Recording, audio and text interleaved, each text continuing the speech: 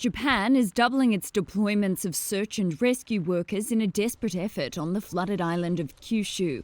And more heavy rain may be on the way. Kyushu's death toll has passed 50 and about a dozen people are reported missing. Chief Cabinet Secretary Yoshihide Suga. About 80,000 members from the police, fire department and Japan Coast Guard are on a search and rescue mission. Our policy is saving people's lives first, and we will make our very best effort in our mission. The rain front was expected to remain over the area until Thursday. Kyodo News reported at least 71 landslides across 12 prefectures, citing the Land Ministry, and said more than 1.3 million people had been ordered to leave their homes.